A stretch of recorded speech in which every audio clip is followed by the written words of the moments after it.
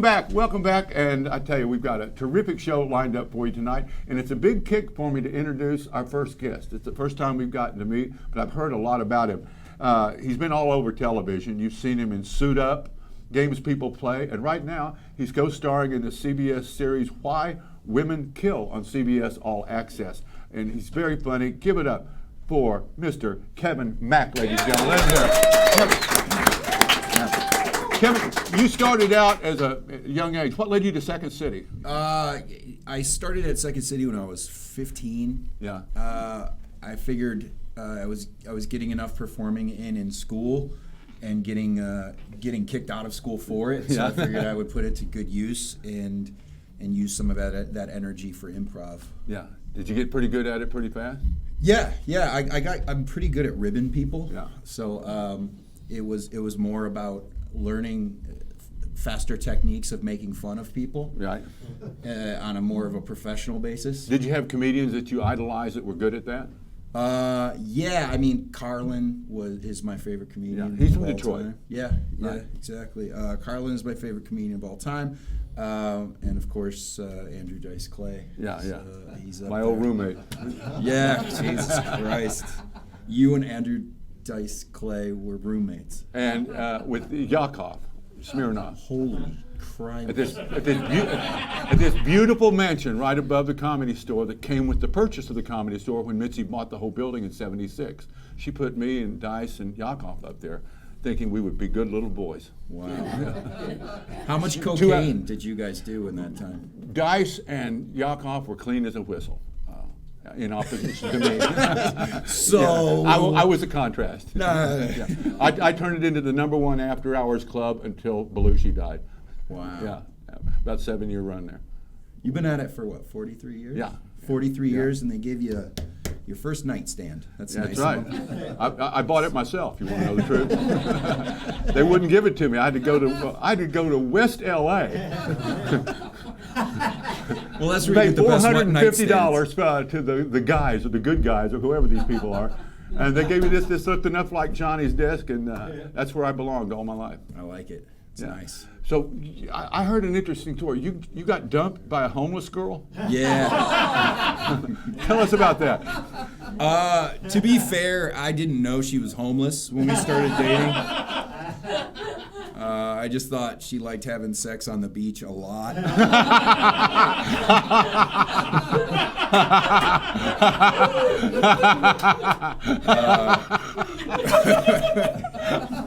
And after a while, I said, hey, can we take this back to my house? Because I'm really tired of this sand in my ass. And she was like, oh, you're just going to rub it in that you have a house? And I was like, don't we? Oh, you're homeless. Got it. Yeah.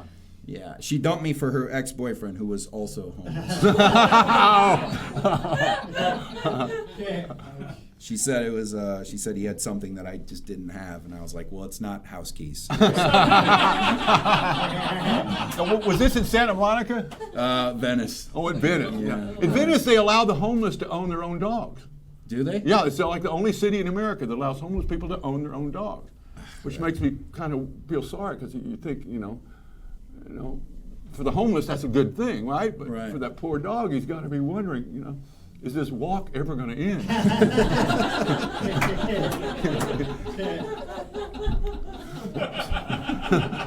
So tell me what led you into stand-up comedy. I've always been obsessed with stand-up. Yeah. I just didn't feel like I just didn't feel like I had anything to offer. Well, a lot of guys, it's a different gear doing improv and being stand-up. Right. So at the very height of it, at the Comedy Store in the late '70s and early '80s, you had these geniuses. Remember at improvisation, we had the Comedy Store Players, led by Robin Williams and all these great guys.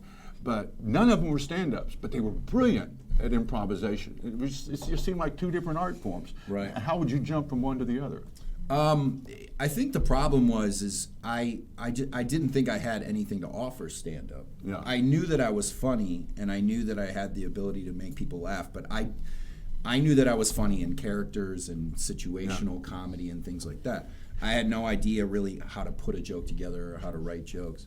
And then I started realizing that I would be hanging out with my friends and telling stories, and as I was telling these crazy stories about things that happened in my life, being stabbed twice, once by my uncle when I was 11. Really? Yeah. That's yeah. funny. who got the? Who When got you're not the, involved, it's really funny. Well, who got the white meat? It's a Thanksgiving joke, for crying out loud. But my friends would laugh, and I said, okay, well, maybe there's something there just in the honesty of it. And telling these crazy stories about living in 6 different countries and growing up all over the world and being the only white kid in my neighborhood and Detroit. growing up in Detroit. Yeah. Yeah. So I decided that maybe it was just honesty. Just be honest, and it kind of came. What from did that teach you growing up, the only white kid in a black neighborhood in Detroit? What did that teach you? Run fast. I'm incredibly fast for a white guy. Yeah. Run fast and keep your shoes tied tight. Right. Because they'll take those too. Wow. Yeah. And stay square with the dealer too. Yeah. That was the third thing I was thinking of.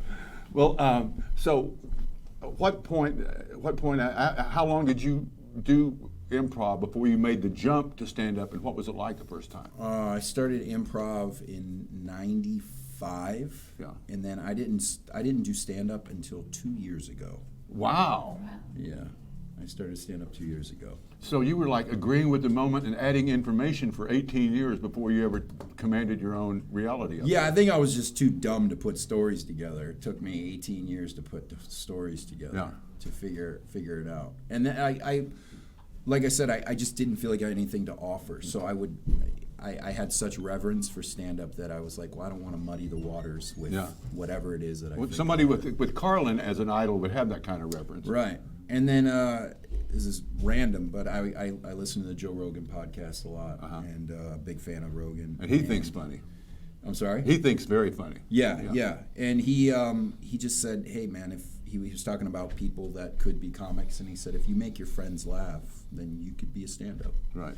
So I went to an open mic the very next day, and I told a story that was 3 minutes long, and I had comics laughing, which if you've ever been to an open mic, doesn't happen.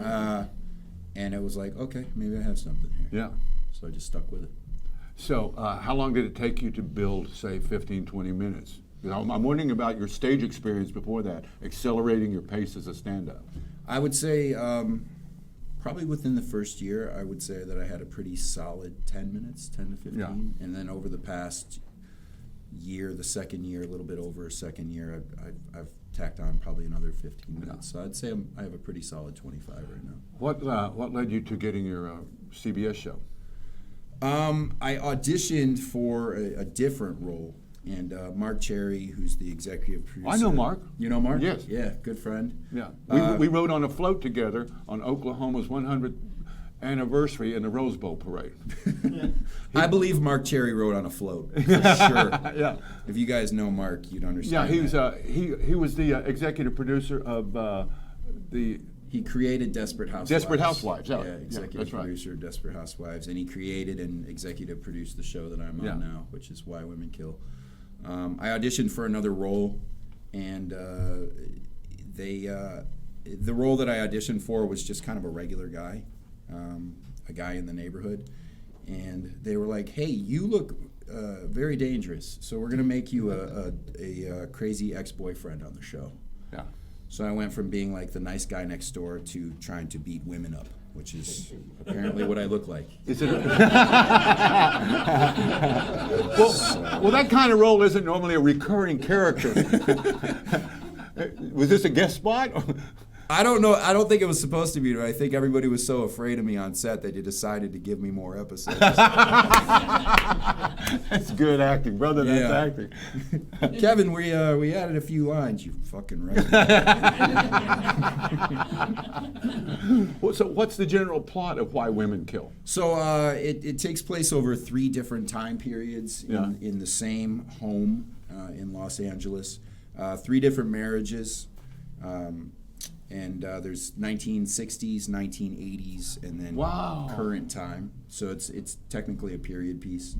And in each one of those, it's a story of a husband that cheats on his wife, and it drives her to kill.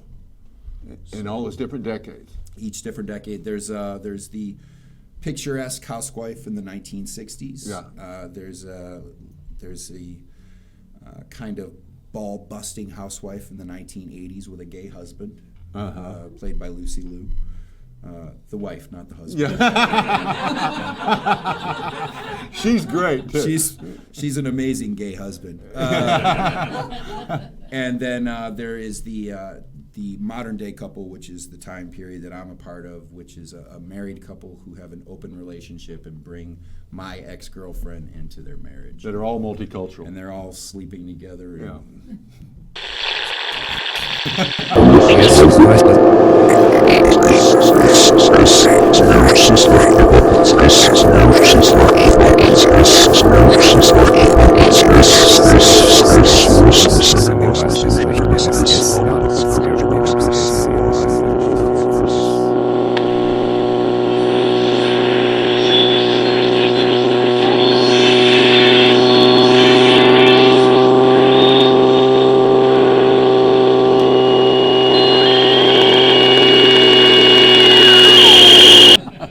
Okay, and so is it intended to be a comedy or drama?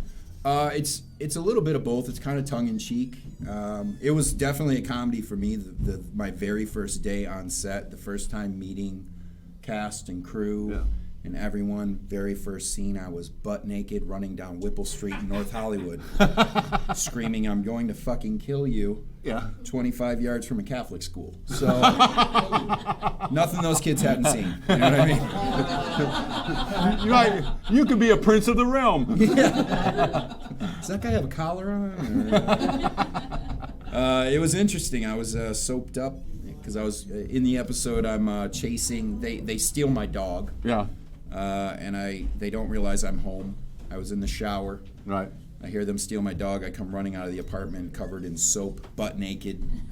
And little did I know that we were going to shoot that not on a closed set, but on an actual live street in Los Angeles. When I agreed to do it. And it just so happened to be four doors down from the apartment I first lived in when I moved to LA. So I got text messages the next day from old neighbors that were like, "Interesting day, huh?"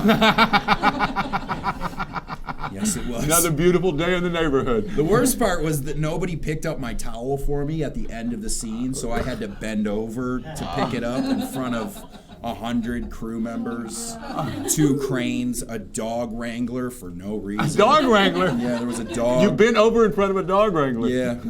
Oh, my. It's happened a lot of times, surprisingly.